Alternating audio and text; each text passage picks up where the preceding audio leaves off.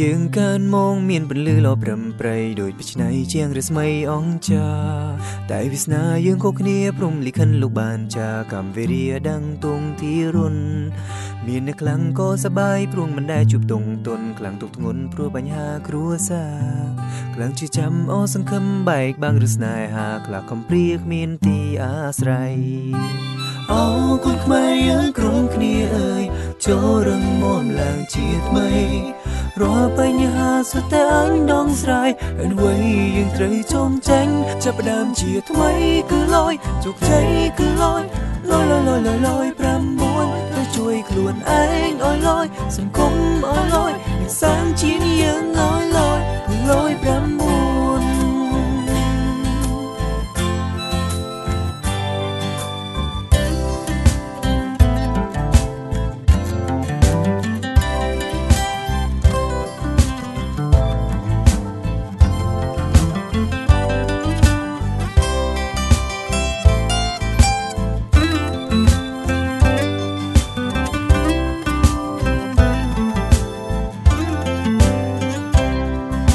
មកជាកូនខ្មែរទោះជាប្រុសឬមួយស្រីនៅលើទឹកដីកម្ពុជាថ្លៃថ្លាសម្បូរទៅដោយធនធានទោះបីយើងជាអ្នកក្រឬក៏យើងជាអ្នកមានត្រូវតែក្លាហានតស៊ូពួកគេជំនះឧបសគ្គទៅមុខមានអ្នកណាជួបតែសប្បាយក៏មិនមែនជួបតែក្តីទុក្ខជីវិតខាងមុខស្ថិតនៅក្នុងដៃយើងជាអ្នកតាក់តែងចាបើយើងខំប្រឹងអត់រួញរាគង់តែរំភើបដល់ទេវតាដូចនឹងបែបផ្កាជួយជីវិតយើងឲ្យជោគជ័យ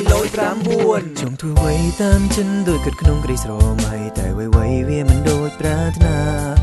មានអ្នកណាគ្រប់គ្រងពេលដែលចាប់ដើមវាចាចាត់ទុកយើងជាមនុស្សមានតម្លៃតែឯកានៅតែឯងគ្មាននាងយល់ហាងរតីចង់មាននាងជួយដោះស្រាយបញ្ហាជាមនុស្សជុំឬចុងក្រោយក្នុងភ្នែកគេក្រុមគ្នាកំព្រាអស់សង្ឃឹមនាងឯងអូគុណខ្មែរយើងក្រុមគ្នាអើយចូលរឹងមាំឡើងជាថ្មីរាល់បញ្ហាសុទ្ធតែអញដងស្រាយហើយអ្វីយើងត្រូវចងចាញ់ចាប់ផ្ដើមជាថ្មីគឺលយជោគជ័យគឺលយ9ត្រូវជួយខ្លួនឯងឲ្យលយសង្គមឲ្យលយយើងសាងជាតិយើងឲ្យលយចាប់ផ្ដើមជាថ្មីគឺលយជោគជ័យគឺលយ9ត្រូវជួយខ្លួនឯងឲ្យលយសង្គមឲ្យលយយើងសាងជាតិយើងឲ្យលយ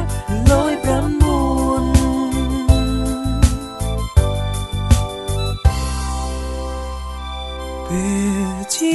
វិតជោគជ័យអ្វីក៏ល